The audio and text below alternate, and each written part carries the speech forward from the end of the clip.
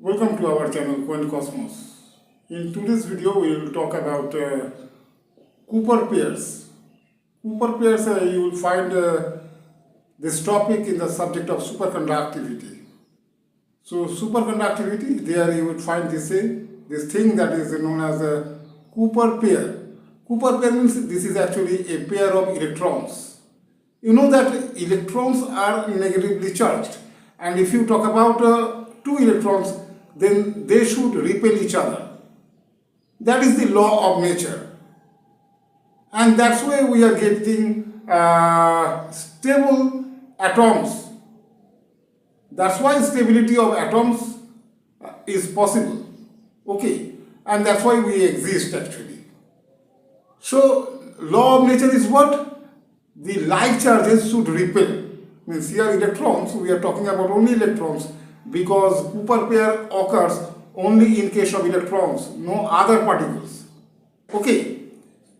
And in the field of superconductivity, this was first time discovered by three scientists, and in the year 1972, all the three scientists were awarded with a Nobel Prize, okay, for this discovery, because this discovery was groundbreaking.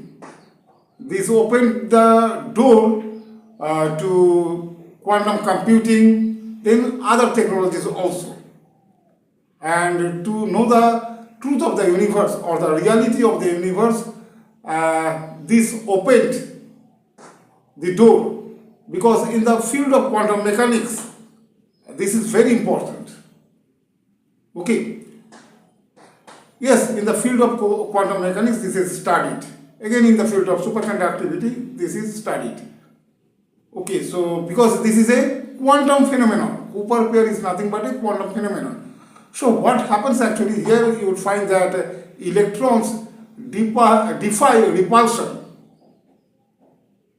Actually, in normal case, what should happen? If two electrons are there, then they should repel each other. But here in this case, instead of repulsion, they are attracting each other. You would find that they would attract each other. So, for this thing, what is the requirements? Specific conditions are required, such as crystal lattice is required. You know, in crystal lattice, no doubt atoms are there, and there are free electrons in case of crystal lattice, such as metals. Free electrons are there and they can move freely inside the structure, lattice structure, inside the lattice structure. They can move freely. So, special condition is what? Temperature should be sufficiently low. Extremely low temperature is required, because in case of extremely low temperature, thermal energy becomes very less.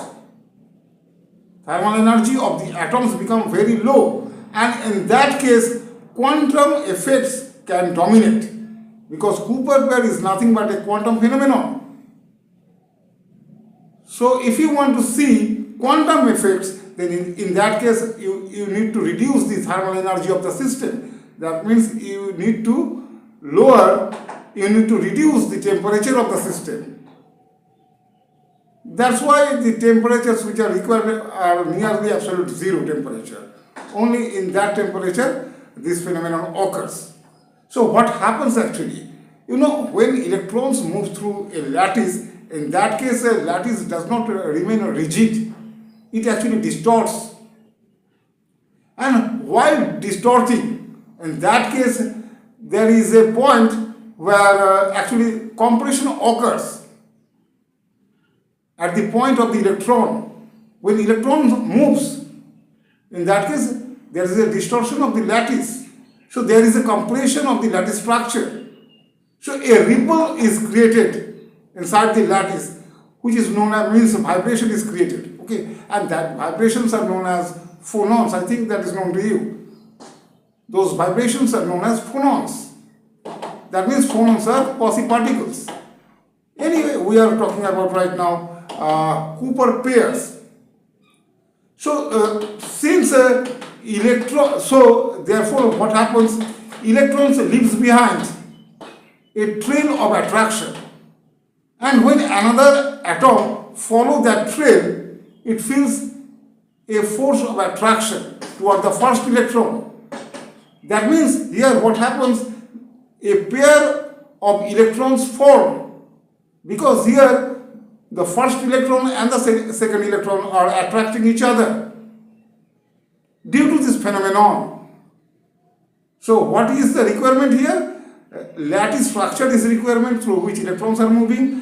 Again, low temperature is very low, extremely low temperature is required.